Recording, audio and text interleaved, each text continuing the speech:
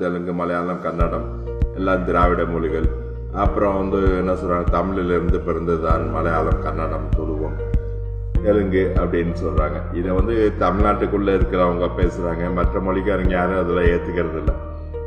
ஒருவேளை இருக்கலாம், தென்னிந்திய மொழிகள்லாம் ஒரே மொழியாக இருந்திருக்கலாம், பேசியிருக்கலாம். அதுக்கு ஒரு உதாரணம் ஒரு மொழியிலிருந்து இன்னொரு மொழி பிறந்ததுங்கிற வார்த்தையை எப்படி உபயோகப்படுத்த முடியும், பிரயோகிக்க முடியும் அப்படின்னு கேட்கிறோம்.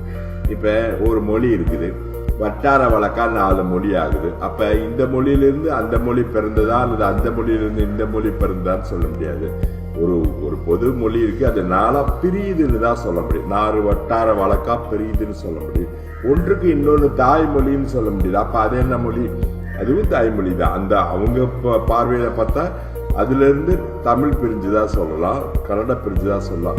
ஒரு வார்த்தை, தமிழ்ன்ற வார்த்தையை நம்ம உபயோகப்படுத்துறோம், மற்றது அவங்க உபயோகப்படுத்துறது இல்லை. சரி, ஒரு உதாரணத்துக்கு வச்சுக்கோம். இப்போ தமிழ்நாடுல இருந்து ஆந்திரா பிரிந்தது, தெலுங்கானா பிரிந்தது, கனடா பிரிந்தது, கேரளா பிரிந்தது. இப்போ இந்த தமிழ்நாடுன்ற வார்த்தையை நம்ம உபயோகப்படுத்துறோம். மற்றவங்க எல்லாம் என்ன நாட்டில் இருந்தாங்க? முன்னாடி இந்த அதே மதராஸ் ராஜதானியில தான் இருந்தாங்க. எல்லாருக்கும் ஒரே நாடு தான். தமிழ்ன்ற வார்த்தையை நம்ம பயன்படுத்துறோம், மற்றவங்க புதிய வார்த்தையை பயன்படுத்துறாங்க. இப்ப இந்தியாங்கிற வார்த்தையை இந்தியா பயன்படுத்துது, பாகிஸ்தான் இந்தியான்ற வார்த்தையை பயன்படுத்தல, பங்களாதேஷ் இந்தியான்ற வார்த்தையை பயன்படுத்தல, நேபாளம், பூட்டானம், இந்த மாதிரி இந்தியாவோட ஒருங்கிணைந்த பகுதியா இருந்த எந்த பகுதியும் இந்தியான்ற வார்த்தையை உபயோகப்படுத்தல. அப்ப அது இந்தியா கிடையாதா? அதுவும் இந்தியா தான்.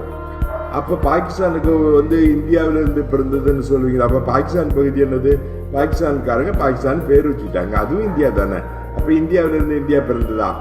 அப்படியே எடுத்துக்க முடியாது. அதே மாதிரிதான் ஒரு மொழி இருக்கு, ஒரு மொழியில இருந்து இன்னொரு மொழி பிறந்தது, அவங்க வேற பேர் வச்சுக்கிட்டாங்க, நீங்க வேற பேர் வச்சுக்கலாம், அப்படிதானே சொல்ல முடியும்.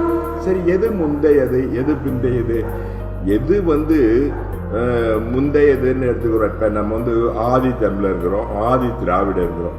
ஆதினா என்னது? அப்படியே இருக்கிறவங்கள ஆதின்னு சொல்றோம். அதுல இருந்து பரிணாம வளர்ச்சியில முன்னேறினவங்கள பரிணாம வளர்ச்சின்னு எவால்வ்டு சொசைட்டி, ஒரு முன்னேறின சமுதாயமா வரும்போது புதிய பேரை கொடுத்துக்கிறோம். அப்போ புதிய பேரை கொடுத்துக்கிறோம் அல்லது முன்னேறணும்னு சொன்னாவே அது வேற ஆயிடுது. இப்ப ஒரு சமுதாயம் இருக்குது, பாதி திராவிட இருக்காங்க, மற்றவங்களாம் இங்க வானத்துல இருந்தா வந்தாங்க, அந்த சமுதாயத்துல இருந்து எவால்வ்டு சொசைட்டி, அதுக்கு பேர் மாத்திக்கிட்டாங்க, அவ்வளவுதான். அன்எவால்வ்டு, அதாவது அப்படியே இருக்கிறவங்களை ஆதி மக்கள் அப்படியே சொல்றோம். அதே மாதிரிதான் ஆதி மொழி ஒண்ணு, ஆதி மொழியிலிருந்து பரிணாம வளர்ச்சியில் மீண்டது மற்றொன்று. இப்ப தமிழ்னு நம்ம சொல்றோம். இப்ப பிரசன்ட் தமிழ்ல என்ன சொல்றோம்? நம்ம முன்னொரு காலத்துல தமிழ்லயா இருந்துச்சு, இப்ப தமிழா இருந்துச்சு, இப்ப அறிவியல் தமிழா மாறிச்சு, அப்புறம் கணினி தமிழா மாறிச்சு, நவீன காலத்துக்கு தந்த மாறிடுச்சு. அப்படிங்கிற மாறிடுச்சுனாவே அது புதிய மொழி, பழைய மொழி கிடையாது. இப்ப ஒரிஜினல் வெர்ஷனுக்கு தான் ஒரிஜினல் பேரு, ஒரிஜினல் வெர்ஷன்ல இருந்துட்டு நம்ம மாறிட்டாவே புதிய பேர் தானே. இப்ப மற்ற மாநிலங்கள் எல்லாம் ஒரிஜினல் வெர்ஷன்ல இருக்காங்க, நம்ம மாறிக்கிட்டோம். மாறின நம்ம தான் புதிய மொழிஞ்சொழியே, அவங்க மாறாம இருக்கிறவங்க ஆதி தமிழர்கள் மாதிரி பேரு அவங்க வேற வச்சுக்கிட்டாங்க, பிரிவினையும் போது பேரு வேற வச்சுக்கிட்டாங்க அப்படின்னு எடுத்துக்கலாமா? சரி, அடுத்த உதாரணத்துக்கு போவோம். இப்ப ஒரு மொழியிலிருந்து ஒன்று பிறக்குமா அல்லது 1, 2, 4 பைபர்கேஷன் பிரியுதா? ஒன்று 2 பிரியுதா, 4 பிரியுதா, 5 பிரியுதா, வட்டார வழக்குக்கு தகுந்த மாதிரி பிரியுதா? அல்லது ஒரு மொழியிலிருந்து இன்னொன்று பிறக்கிறதுங்கிறதெல்லாம் அது வித்தியாசமான வார்த்தை. இப்ப நம்ம சொல்லிட்டு இருக்கிறது என்னன்னா, இந்த மொழியிலிருந்து இந்த மொழி பிறந்தது, அது என்னவா? அதுல இருந்து இது பிறந்தா, இதுல இருந்து அதில் பிறந்தாங்கிறது எப்பொழுதுமே வாதத்துக்குரிய விஷயம் தான். சரி, இந்த மொழிகள் எப்படி மாறுபடுது, எப்படி காலத்தால இப்ப 500 வருடத்துக்கு முன் தோன்றுதுங்களாம், 2000 வருடத்துக்கு முன் தோன்றியது. அப்ப தோன்றதுக்கு முன்னாடி எங்கெல்லாம் இந்த ஆதிவாசிகள் மாதிரி பேசாமலாம் இருந்தாங்க. எல்லா ஊர்லயும் எல்லா மொழியும் பல காலத்துல இருந்து பேசிட்டு தான் இருக்கிறாங்க. அப்புறம் வருது ஒரு சௌராஷ்டிரா மொழி இருக்கு. இந்த சௌராஷ்டிரா மக்கள் தமிழ்நாட்டுல அதிகமா இருக்கிறத நம்ம பார்க்கலாம். அப்ப பார்க்கும்போது அவங்க எப்படி இங்க வந்தாங்க தமிழ்நாட்டுக்கு? முதல்ல குஜராத்தில் இருக்கிறாங்க, ஒரு மொழி பேசுறாங்க, சௌராஷ்டிரா மொழி பேசுறாங்க. இந்த சௌராஷ்டிரா மொழி பேசினவங்க இந்த கஜினி, கோரி இவங்களுடைய ஆதிக்கம் வரும்போது இடம்பெயரும் போது அவங்க ஒரு ஒரிஜினல் வெர்ஷன் மொழி பேசுறாங்க. அந்த மொழி என்ன ஆகுது, மராட்டிய மன்னர் சிவாஜி கிட்ட அடைக்கலம் வர்றாங்க. அப்ப மராட்டாவில் இருக்காங்க. இப்ப இந்த மராட்டா மொழிக்கும் சௌராஷ்டிர மொழி என்ன ஆகுது, கலப்பாகுது. அப்ப மராட்டிய ராஜ்யத்துக்குள்ள பேசுறவங்க எல்லாரும் மராட்டாவும் சௌராஷ்டிராவும் கலந்த மொழியா பேசுறாங்க. அவங்க பின்னாடி என்ன பண்றாங்க, திரும்பி விஜயநகர பேரரசுக்குள்ள வர்றாங்க. இப்ப என்ன ஆகுது, ஏற்கனவே கலப்படமான மராட்டா பிளஸ் அவங்க ஒரு சௌராஷ்டிரா வெர்சன். அதை எப்படி சொல்லலாம், சமஸ்கிருதம்னு வச்சுக்கலாம். அந்த காலத்துல இவங்களுடைய முகலாயர் அதிகத்துக்கு வரும் முன்னாடி ஹிந்தி கிடையாது. அதனால நம்ம இந்தியாவினுடைய ஒரிஜினல் வெர்சன் நார்த் இந்தியாவில் சௌராஷ்டிரா தான். சௌராஷ்டிராவும் மராட்டாவும் கலக்குது. மராட்டாவும் தெலுங்கு. இப்ப மராட்டாவில் இருக்கவங்க மராட்டாவில் இருக்காங்க. இந்த இடம்பெயர்ற ஒரு சௌராஷ்டிரா மக்கள் என்ன மொழி படிக்கிறாங்க, அடுத்தது ஏற்கனவே மராட்டா மிக்சிங், அடுத்தது தெலுங்கு மிக்சிங். இப்ப தெலுங்கு இப்ப ஒரிஜினலா குஜராத்திலே இருக்கிறவங்க சௌராஷ்டிரா பேசுறாங்க.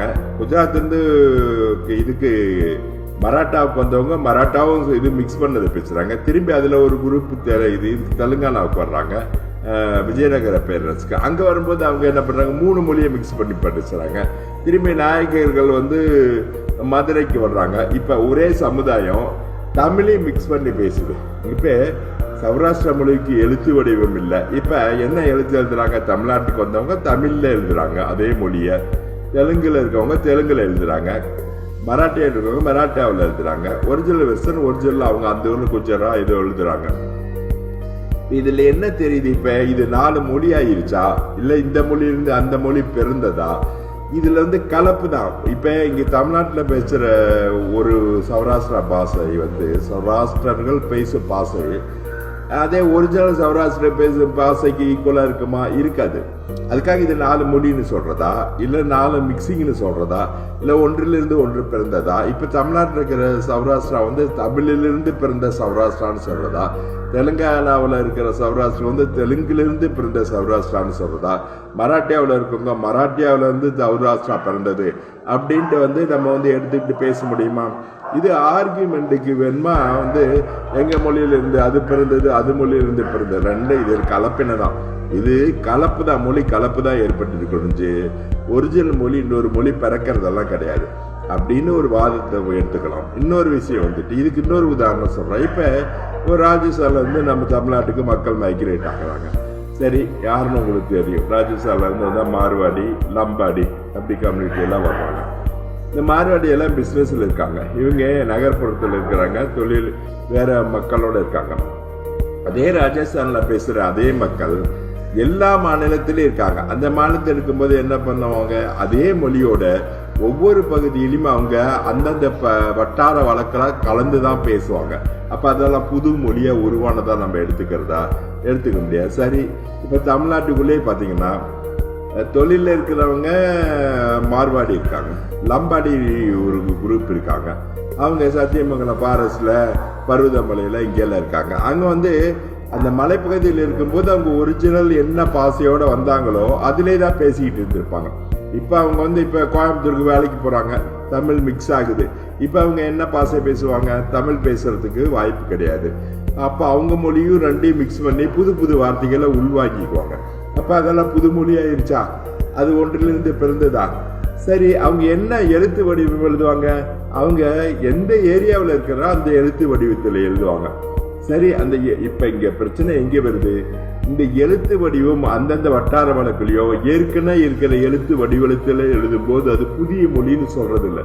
புதிய மொழி எப்ப சொல்றோம், இப்ப கன்னடர்கள் தமிழ் எழுத்து வடிவம் நம்ம உபயோகப்படுத்துற அதே எழுத்து வடிவத்துல தமிழையும் மலையாளத்தையும் தெலுங்கையும் கன்னடத்தையும் துளுவத்தையோ எழுதினாங்கன்னா ஒரே மொழியாத்தான் தெரியும். இப்ப அதுக்கு உதாரணம் பாத்தீங்கன்னா, இப்ப கொங்கு மண்டலத்துல வேற மாதிரி வாயானுங்க அப்படி இப்படின்னு பேசுறாங்க, வாக போகன்னு பேசுறாங்க. இதுல செட்டிநாடு ஏரியாவில் ஆச்சி அப்புச்சி அப்படின்னு. அப்ப ஆச்சினா வேற மொழி, அப்புச்சி ஆச்சி எல்லாம் செட்டிநாடு மொழி. அதுக்கு ஒரு எழுத்து வடிவத்தை உருவாக்கிட்டாவே அது வேற மொழி ஆயிரும். இப்ப கொங்கு மண்டலத்துல ஏனுங்க அப்படின்னு பேசுறாங்கன்னா அதுக்கு ஒரு எழுத்து வடிவத்தை, புதிய எழுத்து வடிவத்தை உருவாக்கிட்டாவே அது வேறு மொழி ஆகும். இப்ப நீங்க நெல்லை பாசி போறாங்க, ஏழை வாழன்னு பேசுறாங்க. இப்ப அதுக்கு ஒரு புதிய எழுத்து வடிவத்தை உருவாக்கிட்டா அது ஒரு புது மொழி ஆயிரும்.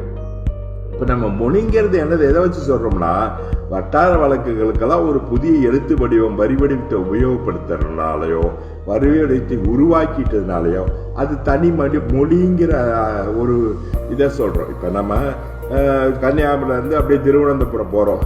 களியக்காவிளை வரைக்கும் நீங்க போனீங்கன்னா தமிழ் எழுத்துக்கள் இருக்கும். அதாவது தமிழ் மொழிக்கான ஒரு எழுத்து வடிவத்தை எழுதியிருக்கிறோம். அங்க அதை தாண்டின உடனே மலையாள எழுத்து வடிவம் வருது. அப்ப நமக்கு மலையாளம் தெரியாதுங்கிறோம். மலையாளம் தெரியாததுனால அல்ல, அந்த எழுத்து புரியாது. அப்ப எழுத்து வரி வடிவத்தை வச்சுதான் நம்ம வந்துட்டு மொழியை சொல்றோம்.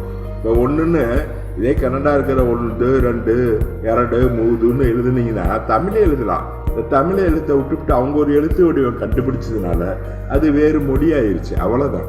இப்ப நம்ம வந்து இந்த மொழியில இருந்து அந்த மொழி பிரிஞ்சுதா, அந்த மொழி இந்த மொழி பிரிஞ்சுதா, எல்லாரும் ஒரே டைம்ல பிரிக்கிறோம். வட்டார வழக்குக்கு தனி எழுத்து வடிவம் கொடுக்கும் போது அது தனி மொழின்னு பேசுறோம். தனி மொழியும் கிடையாது, ஒண்ணும் கிடையாது, எல்லாம் ஒண்ணுதான். வட்டார உச்சரிப்புகள் தான் வேற ஒன்றும் எடுத்துக்கிறதுக்கு வாய்ப்பு இல்லை. அப்படி இருக்கும்போது இந்த வாதங்கள் எப்படி முன்வைக்கிறாங்க அது வந்து நம்ம தெரிஞ்சுக்க வேண்டிய விஷயம். அது எப்படின்னு இன்னும் நிறைய பதிவுகள் பார்க்கலாம். இதோட இந்த பதிவு